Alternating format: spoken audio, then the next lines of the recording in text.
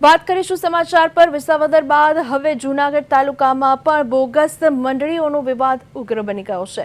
સુખપુર, ચોકલી અને બામણ ગામ, વડાલ ગામમાં ખેડૂતો તથા સભાસદોએ જૂનાગઢ કલેક્ટર અને એસપીને આવેદનપત્ર આપી ઉચ્ચ સ્તરીય તપાસની માંગ કરી દીધી છે। ખેડૂતોનો આરોપ છે કે તેમની જાણ વગર ગેરકાયદે રીતે બોગસ મંડળીઓ બનાવી તેમના નામે ધિરાણ અને લોન મેળવી કરોડો રૂપિયાના વ્યવહારો કરવામાં આવ્યા છે। એટલું જ નહીં, મૃતક અને પથારીવશ વ્યક્તિઓના નામે પણ સભ્યપદ દર્શાવ્યાનો આક્ષેપ કરવામાં આવ્યો છે।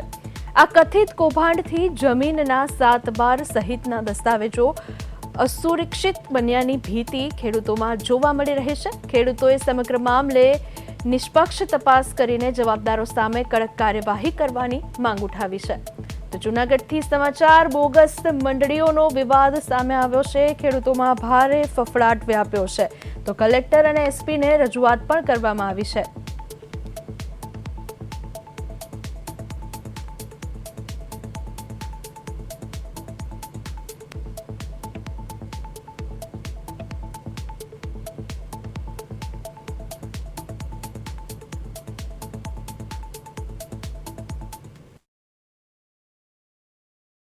આજે સુખપુર, ચોકલી, બામણ ગામ ને વડાલ ના ખેડૂત ખાતેદારો આજે ભેગા થઈ કલેક્ટર સાહેબને બોગસ મંડળી બાબતે આવેદનપત્ર આપવા આવ્યા છે। આગળ અમે એક સુખપુરના ખેડૂતે આવેદનપત્ર કલેક્ટરને આપેલું, એનું રિવ્યુ લીધું કે અમે આ બાબતે આવેદન આપ્યું હતું, એની હું કાર્યવાહી કરી અને આજનું આવેદન કે 4 બોગસ મંડળી અમારા ગામમાં નોંધાઈ ગયેલી છે। એમાં 101 સભ્ય છે। 101 માંથી 99 સભાસદોને ખબર નથી કે આ મંડળી અહીંયા ચાલુ છે।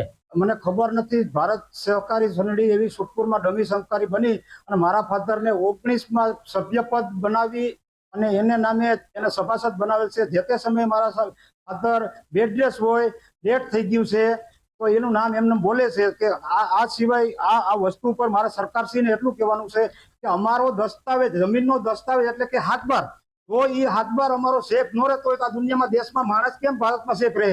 અમારે ખાવું હું? આવી રીતે જો અમારો દસ્તાવેજ ચોરી અને જ્યાં આવે ત્યાં જો આ ફોડ લોકો ઉપયોગ કરી અને અમારી માથે બોજો આવશે